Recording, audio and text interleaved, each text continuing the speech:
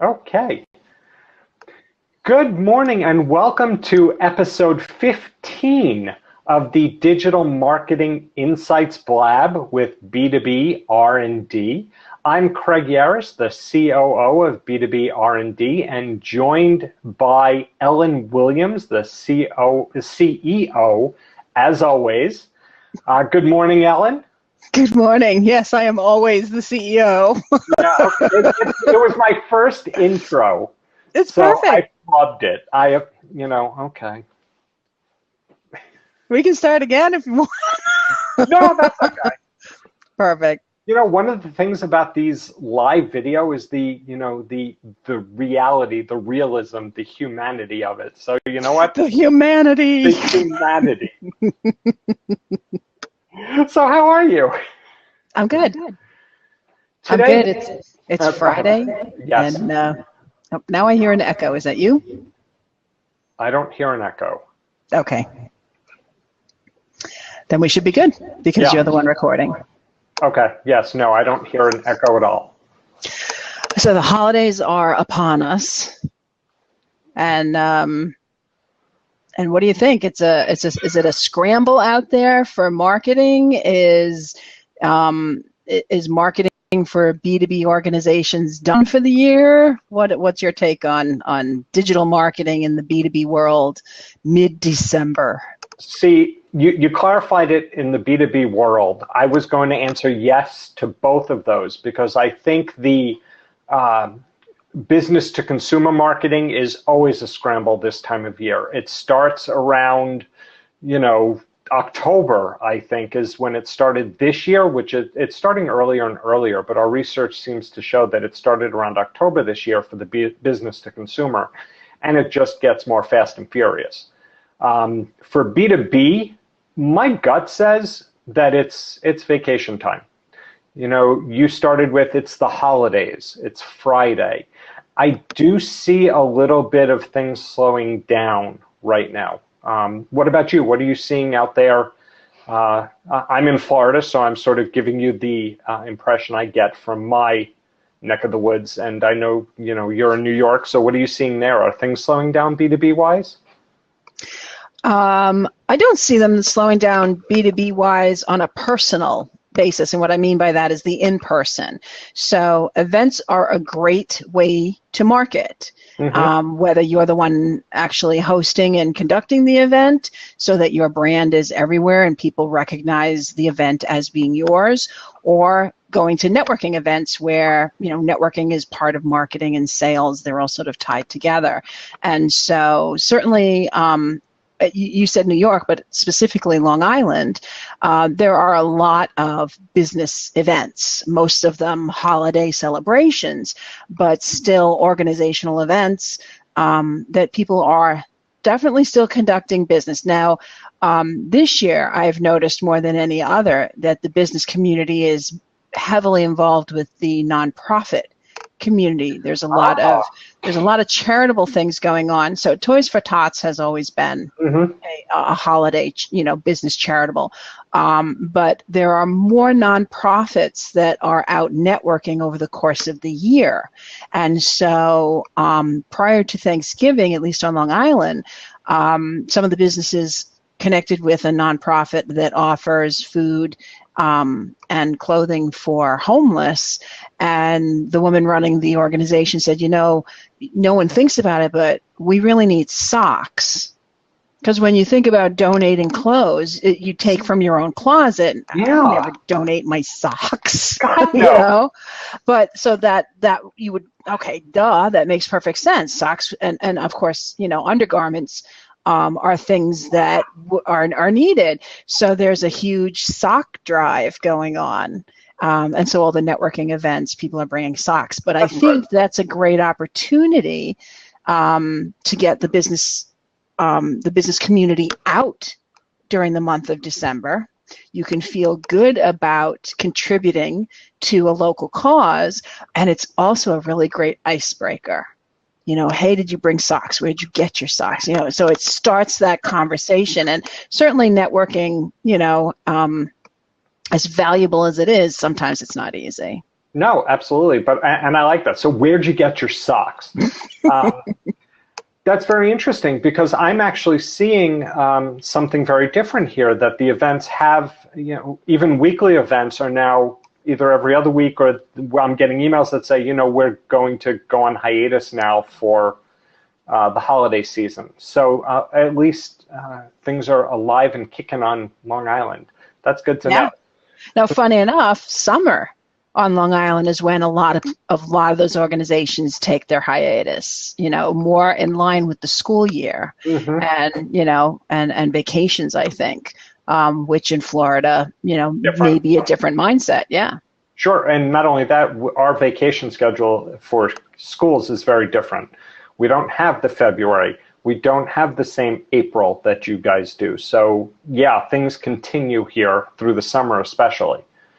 So this is a great intro to the topic I'd like to chat about. As we're talking about the differences between, specifically our experiences between Florida and Long Island, from the marketing and business world, and events. I'd like to chat a little bit and hear your take on the whole local marketing topic, not specifically events, and certainly not specifically B2B. But when you're using digital marketing, how valuable is local marketing? That's a very loaded question. How valuable is it? Of course, it's invaluable. And I'm actually, before I even answer and sort of dive into that, when we were starting the Blab, I went over to Facebook, to the B2B R&D Facebook page, to post that we were doing the Blab. And there's a little banner at the top that said, hey, check out your local insights, new. And so I clicked through it as, it's one of those, oh my God, the Blab's starting. And Facebook is now, I'm going to pull this up on my screen, you can't see it, but they've got this new local insights. You can use a date range, a radius, and it tells you the busiest day of the week, the busiest time of the day. It gives you ad performance if you're using it, and the people that are nearby, hourly, weekly, overall, if anybody checks in nearby, the demographics of the people around your business. So, of course, I'm getting the demographics around our office address. Right. But for business to consumer, whether it be local or brick and mortar stores, this is information that it's a gold mine, in my opinion, because there was the old commercial, charity starts at home. Business starts at home. And I don't mean your house, I mean your home, your business home. In order to build it, you need to talk to the people around your business, the neighbor restaurant, when I ran the franchise, it was always bring these cards to the businesses in the shopping center and let's promote each other. Local marketing. That was local marketing. There was no Facebook, Twitter, LinkedIn, Google+, Pinterest back then. You brought stuff next door to hit the other local consumers. Because once you start building there and the local people start to talk about you and recommend you, it spreads, I think, fairly quickly. The old Double Mint commercial, tell two friends and they tell two friends. So local marketing is, I think it's where you should start. People know you. I just think there's no better place to be when starting some advertising and marketing campaigns. So you're talking about past experience being, I'm local, I'm standing, in my store, I'm going to go walk to the store next door. Yes. And that's still viable. But when you start talking digital, certainly, the internet expands your reach to the world. And, within the last, I don't even know how many years, but certainly the conversation of local, everyone expected it to be, now I can reach everyone or anyone or across the sea and all that. And gradually people started to realize, well, now I can easily reach the person across the street. You got it. Right. So, and there are a lot of different platforms and tools that enable you to do that, including what you were just saying. So I don't know how much information you have about the Facebook, but is it for advertising purposes, or is it telling me who of the people who already like my business page are close to my business at this moment? No, this is actually people, they call it people nearby. People on Facebook within 50 meters of your business during the past month. And we could break it down by age, gender, home location, both age and gender. So this has nothing to do with your business Facebook page. These are actual humans, potential business for anyone right there. So if you know that you want to target a certain demographic, you can now see when they're going to be around your business and near it, historically. And you could start to target marketing to that exact person. I notice that there's, men between 13 or 18 and 22 are around my business at this time, and that's my target demographic. And I sell widgets that they need to buy. I can start targeting ads to them that revolve around that date and place. Bring this ad in, show me your Facebook ad between 10 and 12 on Thursday. Right. For a discount. So you're really micro-targeting. So is this function now part of the advertisely allowed you to do demographic and location? Yes, this is part of the Facebook Insights, and it will come up for any business that uses an actual address. Okay, but how do I reach these people? Do you know? You would do it similarly, and again, I've played with this for all of I know, that's what I'm saying. You might not have the answer. Because understanding who's near my business right now and getting to them are two different things. You're absolutely right.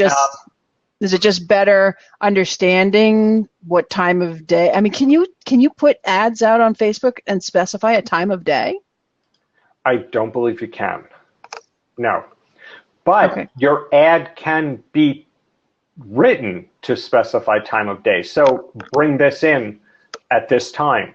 Right. This information, I think, is more beneficial for actual running ads and or content that you're posting.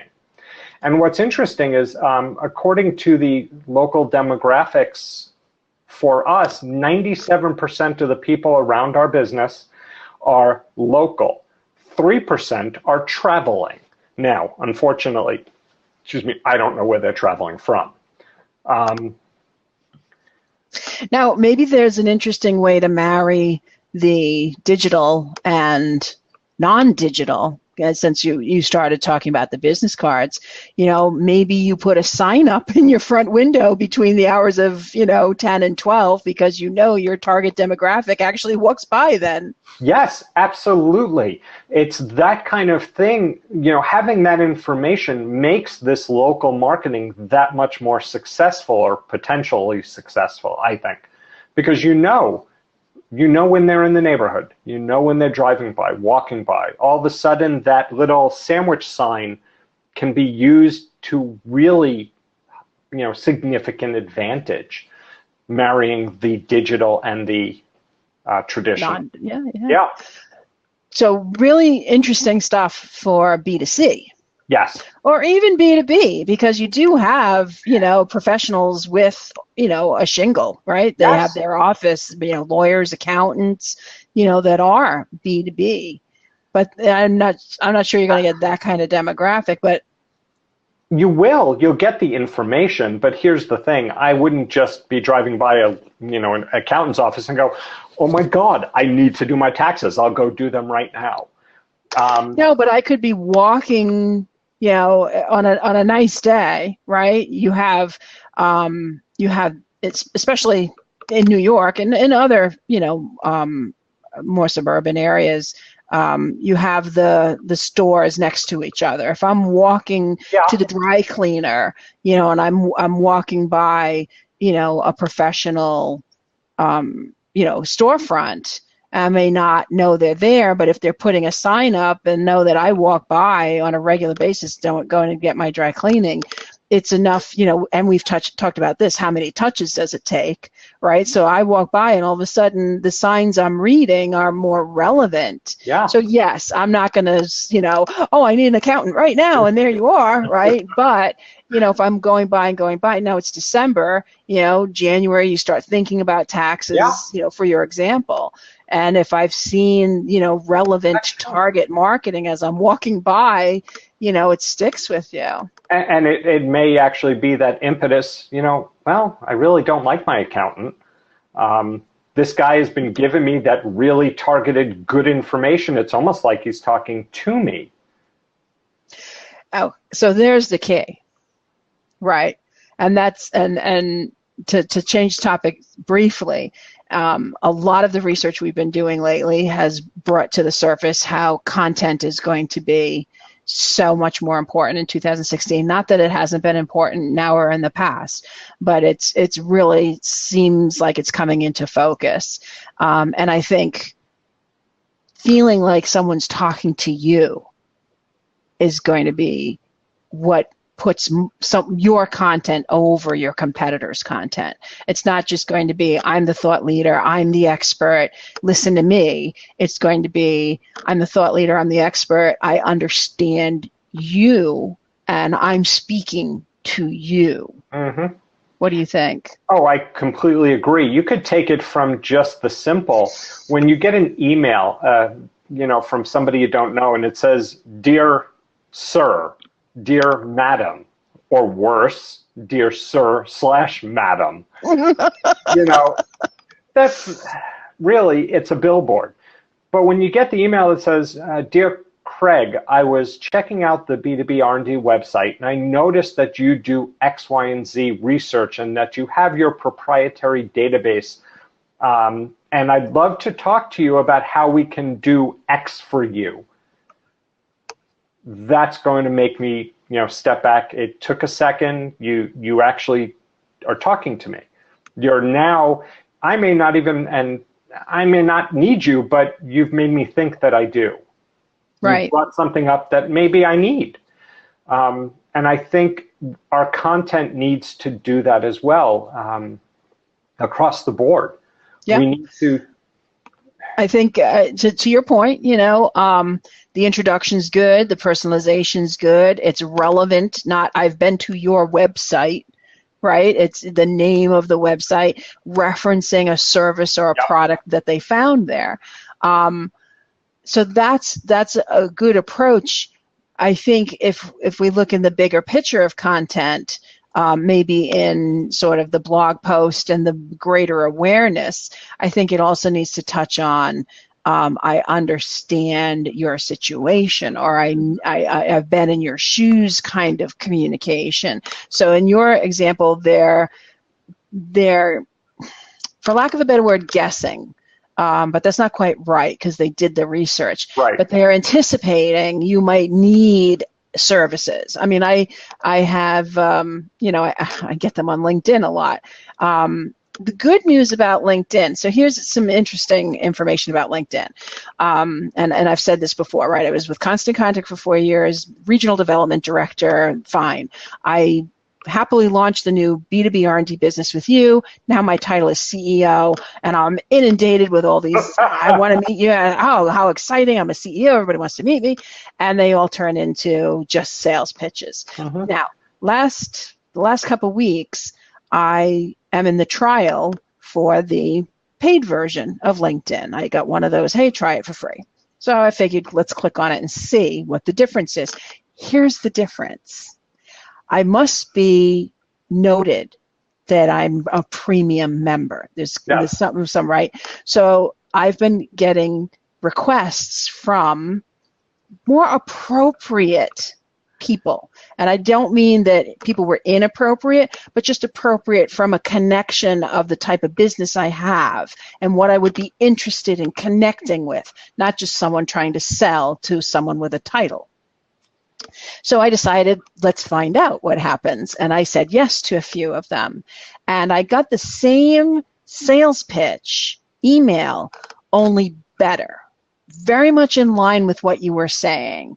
You know, I've looked at your profile, you know, here's what we do. It would be great to see how we can work together, as opposed to, hey, do you need this? We do it. Here's the link. Here's the pricing. So it's the same pattern, only better executed. Really? Yes. Because I've been a premium member for a long time, actually. And I still find those to be way too generic.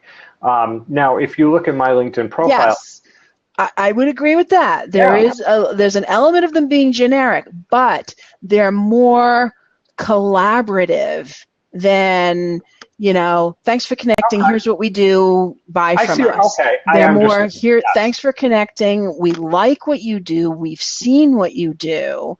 You know, we think we can work together, as opposed to buy what I have.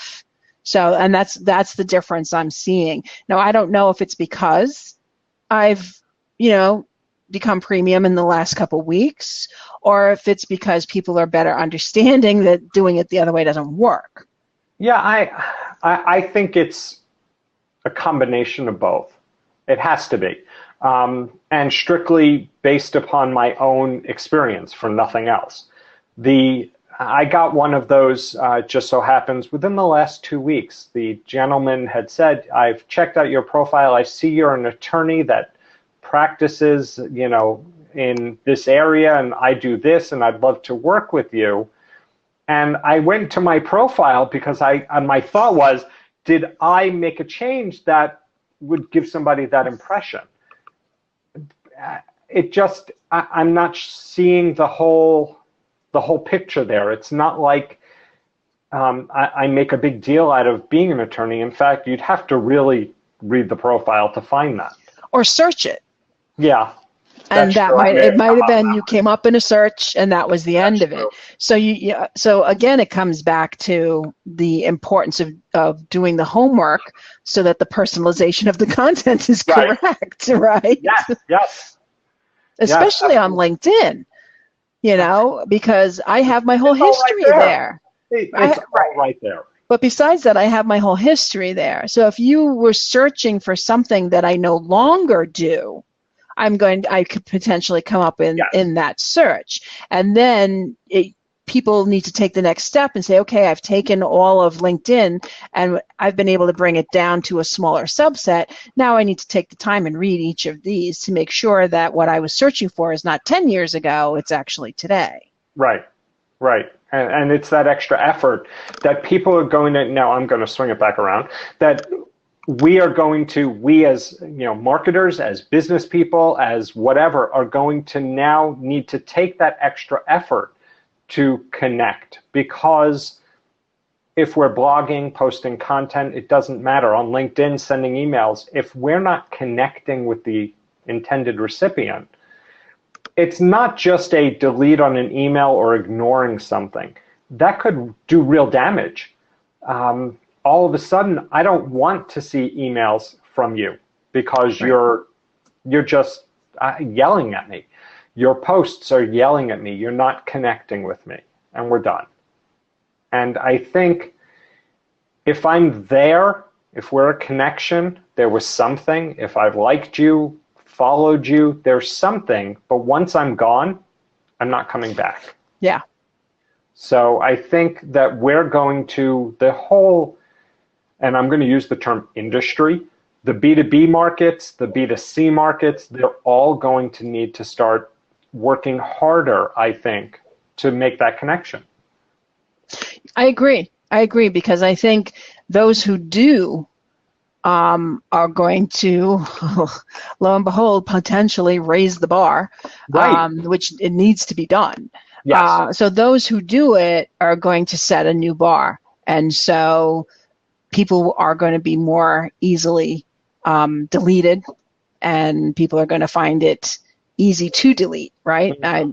Since you're not meeting this bar, you're gone, versus, okay, well, everyone's sort of in the same boat, and me as the consumer, whether it's B2C or B2B, I have to make the decision whether or not, you've connected with me.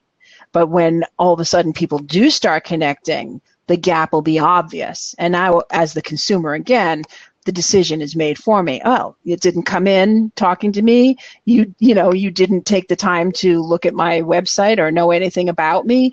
That decision's done, because now you really are starting to fall behind of where the content and where the smart marketers are going. And that's going to be true B2B or B2C. Exactly. I think there is going to become, and I've said this before, not necessarily on one of our conversations, but throughout presentations that I've done and conversations, that the line between B2C and B2B is getting very blurry. And I do think that whether we're connecting with a business to consumer or business to business, we are all consumers. So that line, it really is a blurry thing, because if you're with a company, if you're the person who reached out to me on LinkedIn was an attorney, but because I really felt put off, if somebody would have come to me and say, I need an attorney and it was in South Florida, who does what that person did, that person's not going to be on my recommendation list. They sort of put me off. That's a B2B connection that is now lost. So I do think the line is very blurry. We are all consumers. We're always looking to help. At least I feel like I am, and I think the majority of people would be willing to help people. And if there's no connection, I can't recommend you. And so, when you go to the networking events and you make that connection, it doesn't matter if it's a B2B, B2C. It's a connection. That's I think what you're saying is that, it's a personal connection, regardless of whether I'm going to work with you in a business environment or in a home, personal product kind of environment. Yep. That it needs to be so you're saying you anticipate next year with the uptick in focus on content, that the strategies for B2B and B2C are going to be similar, and it's just the messaging themselves that's going to be what differentiates. I'm actually going to go out on a limb and say it should have been that way this year. I think I was having this same conversation with somebody in 2013, that next year will be when marketers will start to blur the line between B2B, B2C. And I'm stealing this from Ted Rubin. It's person to person. We need to start marketing. We started this with local person to person. It doesn't matter. And yes, the local market is important for just about any business, because it's where we could really connect face to face. But it's these tools allow us to connect face to face, and the distance is no longer important. Does it matter? The service we offer, the research database, it doesn't matter if you're New York, Florida, Indiana, early morning dew, high up in the hills of California. Doesn't matter. And yes, I was channeling Billy Joel there. So true. There are plenty of businesses, including ours, that the location of the customer or the client is irrelevant. Right.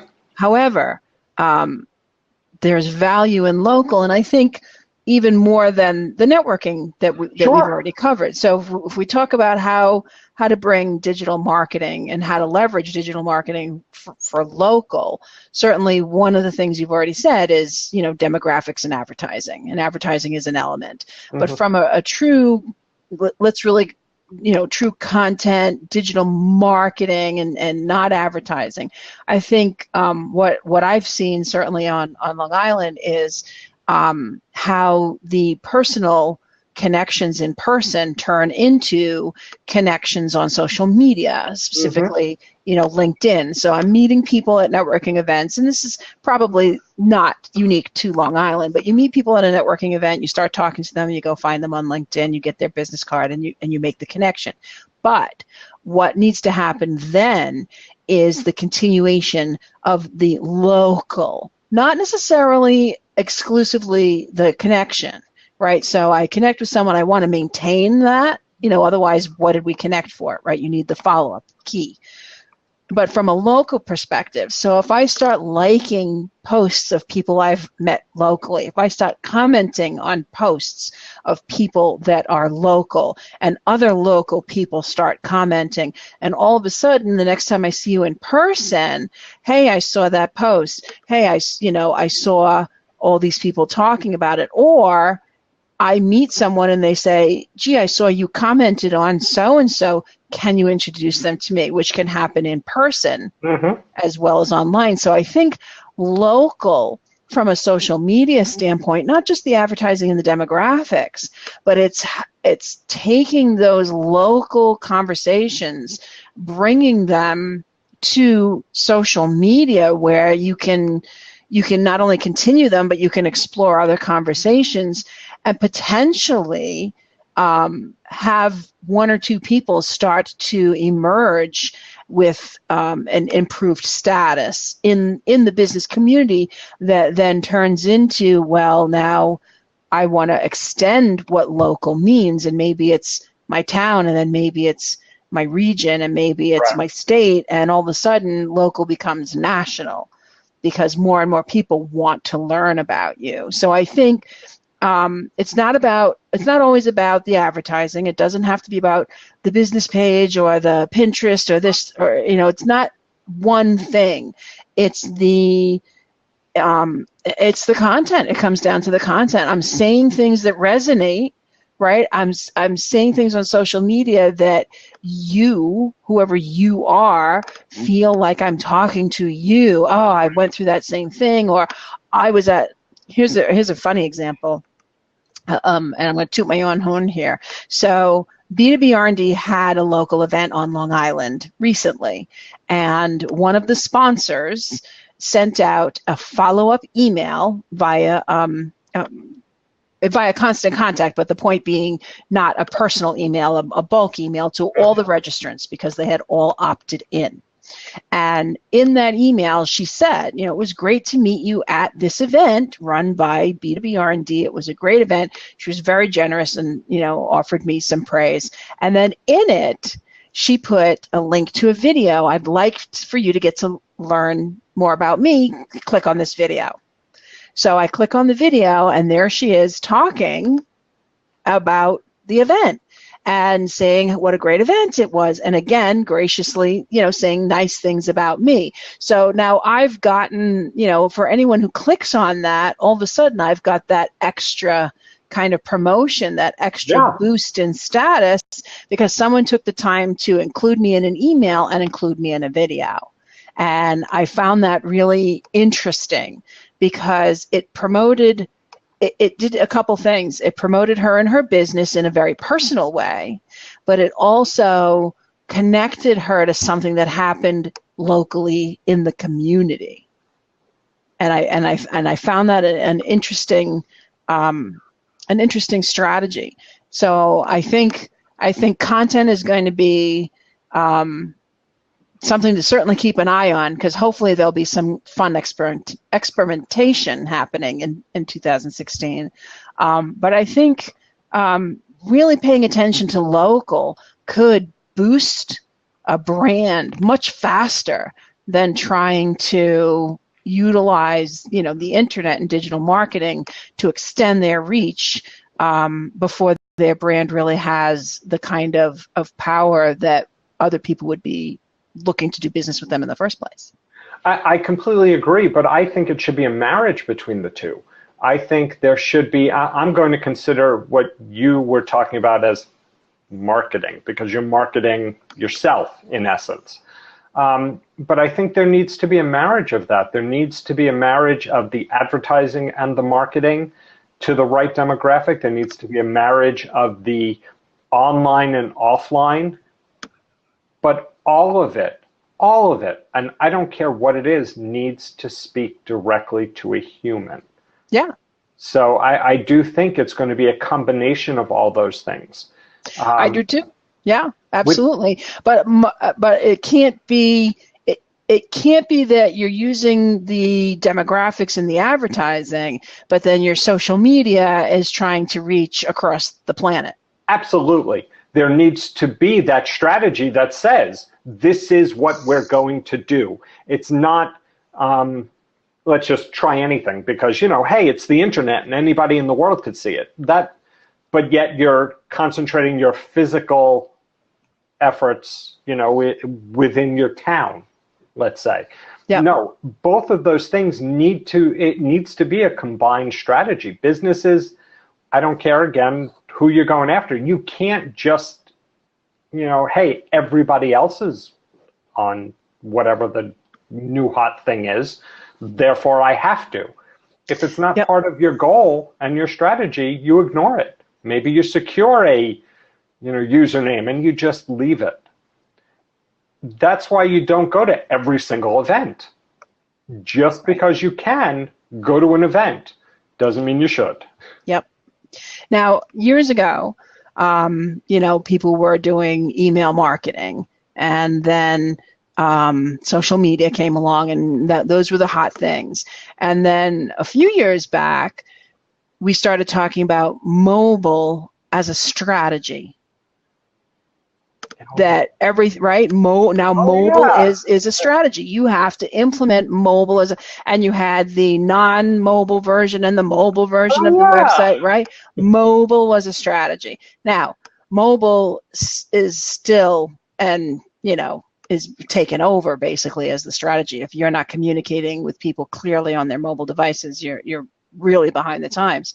Do you see local being a strategy? Because you were talking about, the strategy and everything has to fit together.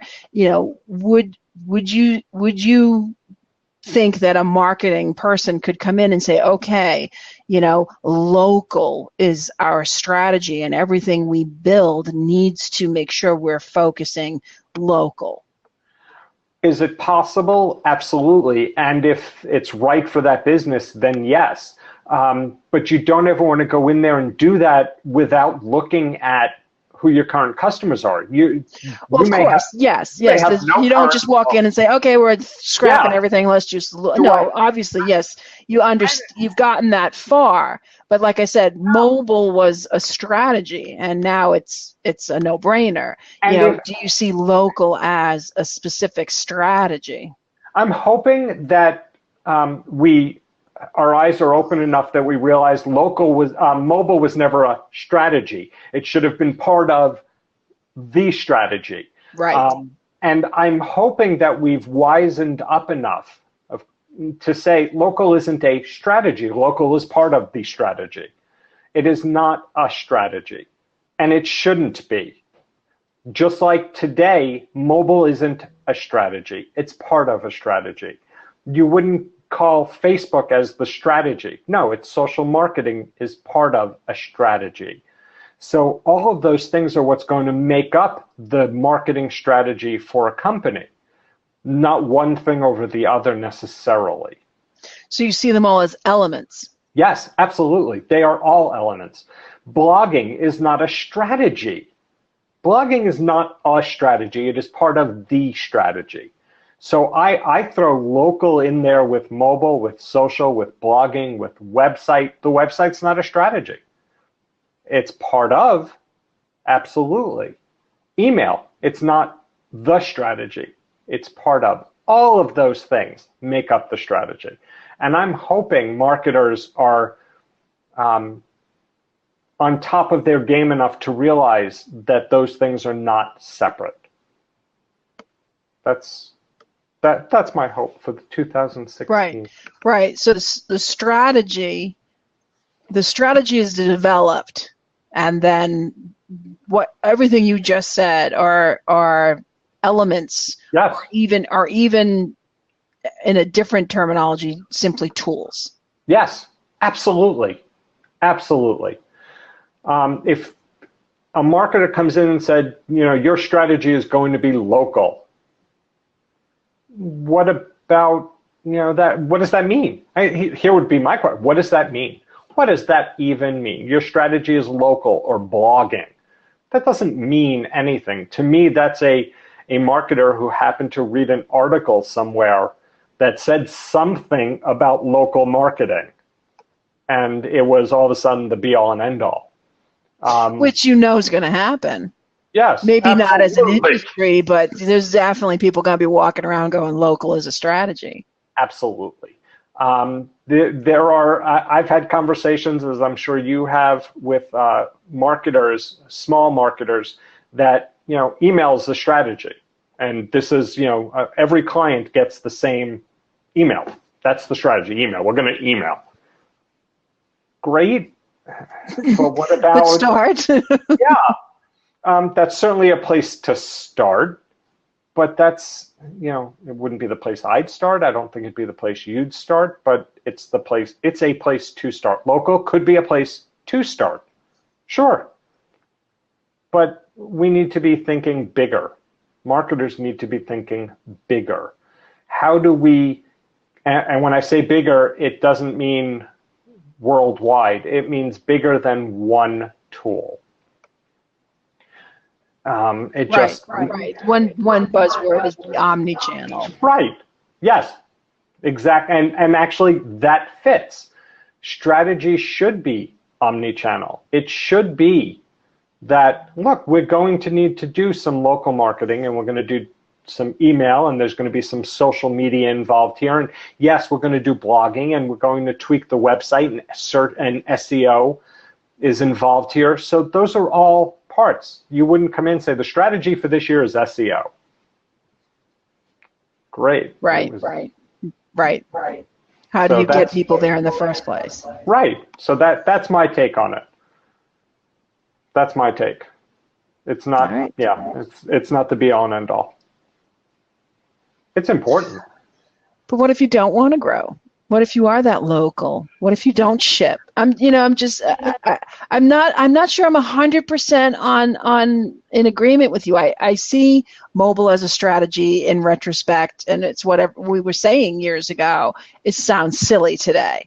Right. But local as a strategy, again, I'm go back to the local, candle shop, and maybe they don't want to ship, and maybe they don't want to have that whole logistic, stuff, or the local bakery, that really local is the strategy, and what tools do we use to fulfill the strategy of developing our local client base. You see, and I'm going to take that the other way with that local bakery or florist or whatever. We're going to look at marketers should be looking at their current clientele and building a profile based on that. We're now going to reach them through email, not a strategy as a tool. Right. Local marketing, it's a tool.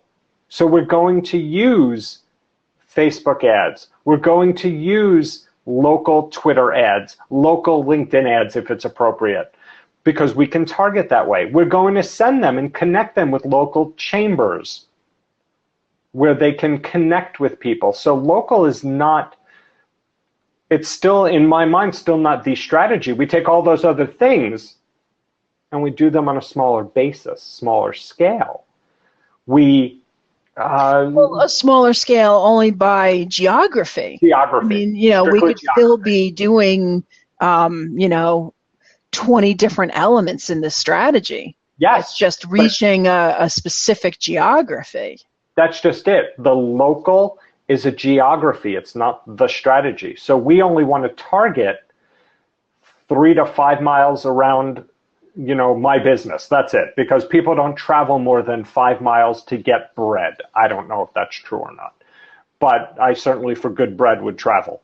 And then you get areas like upstate New York. I have family in upstate New York. What's local, right? Right. They're traveling.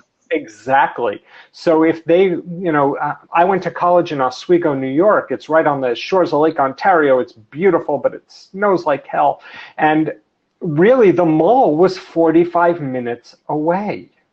So what's local? They still need to market to me. It still needs to be a geography. So I think it's all part and parcel of a strategy.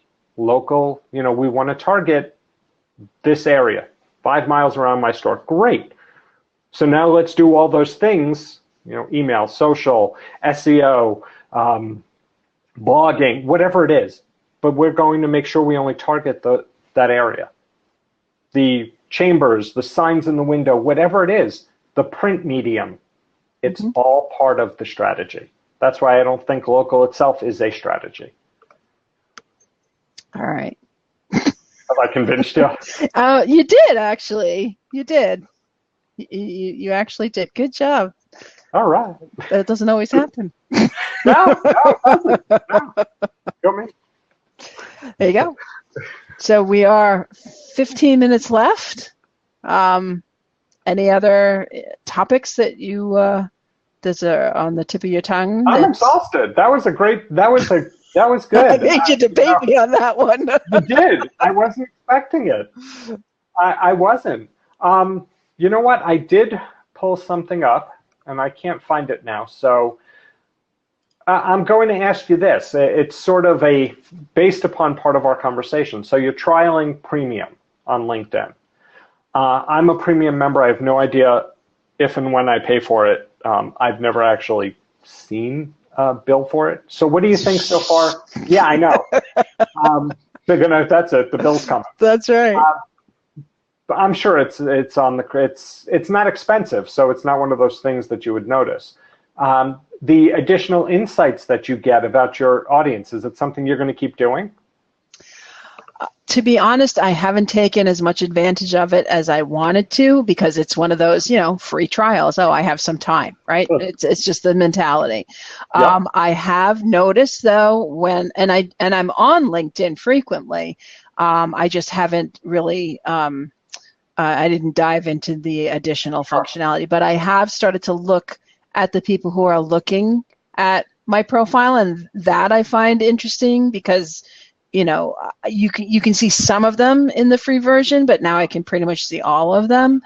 I think because the premium opens up more of LinkedIn, I'm starting to understand the value, even if I'm not as an exclusive role, a salesperson. From a salesperson standpoint, I see a great deal of potential there, because you do get more insight, you do get better understanding, you do get further reach.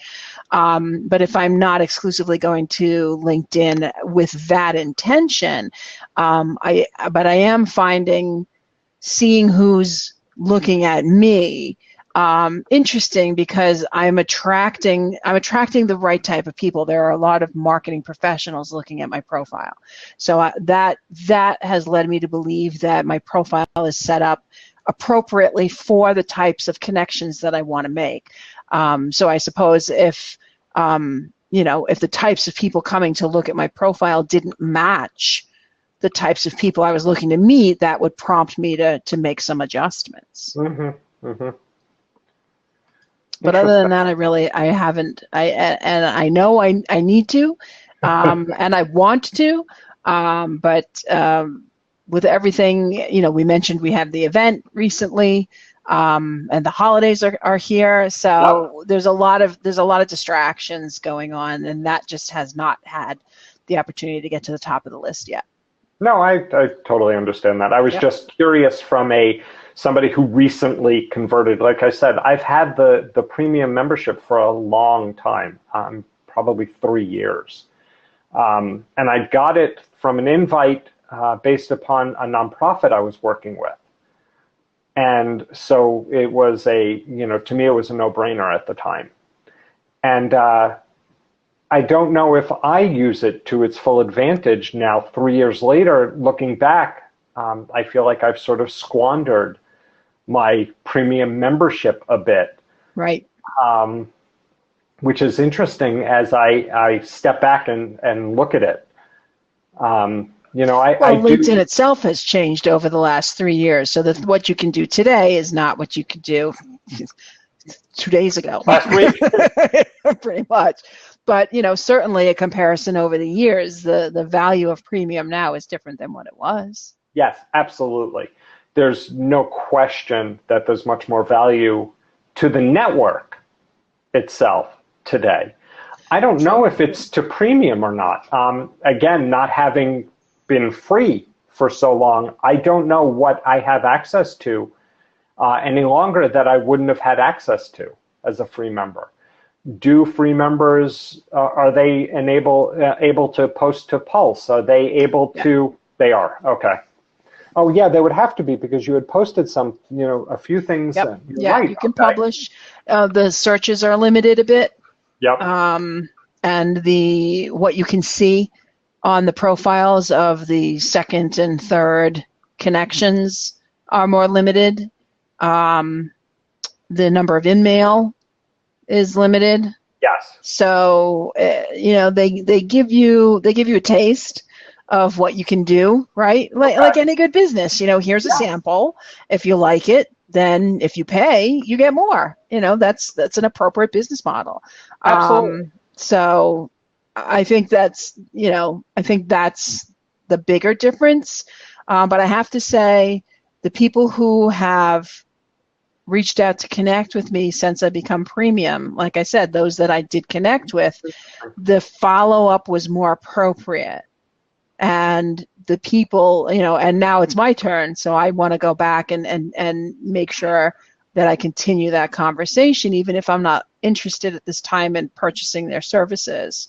You know, there's still a connection there because they are the right type of audience that I'm looking to connect with on LinkedIn. Now, have you checked out, totally aside, the new LinkedIn app?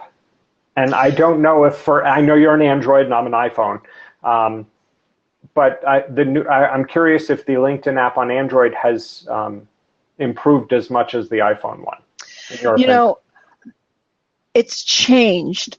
I'm not going to say it's improved. Okay. Because I'm having trouble doing things that I can easily do on the desktop. And I guess I don't use the LinkedIn app as frequently as I use some of the others. So it took me a while to find the stuff. If you're using it every day, you know, oh, okay, they changed it, let me figure it out. But since I don't, right. I'm like, oh, right. They changed it. Now where is it? You know, so I'm you know, we can whine about all this software that changes online. I'm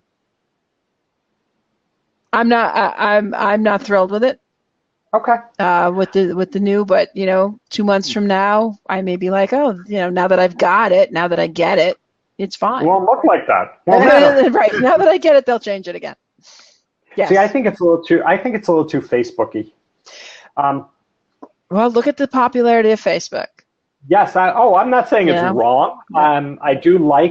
I actually like it. I find it very easy to scroll and do the quick, you know, comment, like, whatever, star, thumb up, you know, whatever it is at this point. So I do like that. But to me, it's just an extension. I do most of it on the. I don't like the fact that you can't customize the connection messages on mobile. Well, there you go. Yeah, I don't like that. Although for people looking to prospect going the other side, that could be a benefit because it doesn't require me to do anything. On LinkedIn desktop, I have to say, you know, okay, I met you here. I have to choose something for a lot of the connections I make. But on mobile, I could just hit connect, and that's it, done. I don't have to think about it. Well, having heard that, I would think potentially if I'm at a networking event, that would make it easier, right? Oh, sure. Oh, great. Yeah, let's connect. Okay, and you find right there and you hit the button. If I'm standing right next to you, I don't have to go into detail. I don't have to write anything custom because you just agreed to connect with me. We're just going through the motions. That's a very good point, not one I had considered. I usually end up doing those things when I get back to the office or, Right. you know, waiting at a traffic light sometimes. You know, you leave an event, you're like, oh, I want to connect with that person. I don't want to. And you say it at the event, let's connect on LinkedIn. Absolutely. But so why don't we just, you know, pull out the phone, click, click, click, and done. Okay, I just sent you the invite. I You know, don't if know somebody why we said don't. that to me at a networking event, I'd be like, okay, cool. I would either take my phone out or know when I got back to my office that there was an invite waiting. And I wouldn't Yeah. think twice that it hadn't been customized. Because See, I saw them do it. Oh, no, I agree with that. Yep. I think my lack of customization was more towards the scrolling through the people you may know.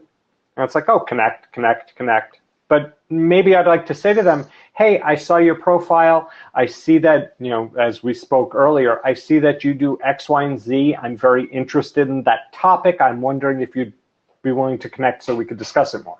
Right. There's a reason to connect. Right. Otherwise, it's just But connect.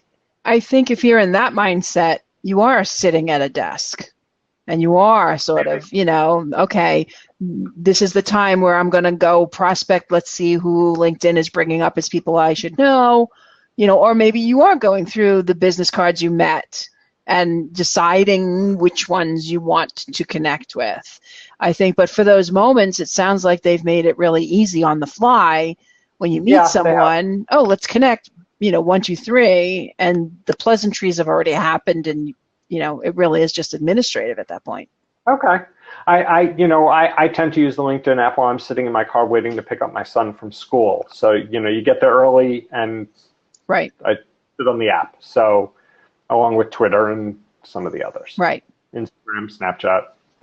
So, okay, I was just curious. All right, we are, yeah, I know. All right, we're getting just about that time. Yeah, looks like it.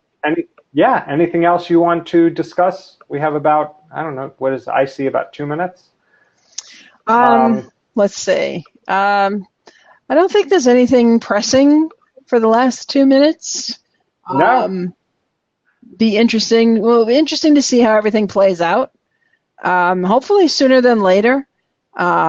Things have been promised for a long time. You know, content is king, and now are we really going to have content worth reading? Because a lot of people have stopped reading. Yeah, that's a whole other conversation. A whole other conversation, yep. So it's going to be a combination of content that's relatable and easy to read. Okay. You know, as we start to pull people back into, oh, this does have value, I will take the time to read it. And maybe that's why people aren't reading, because there wasn't any connection. That very well could be. Yes, I would totally agree. All right. There you have it. Well, I'm going to sign us off on behalf of myself, Craig Yaris, and Ellen Williams of B2B R&D and our research, our proprietary database for digital marketing. We'd like to say have a happy weekend.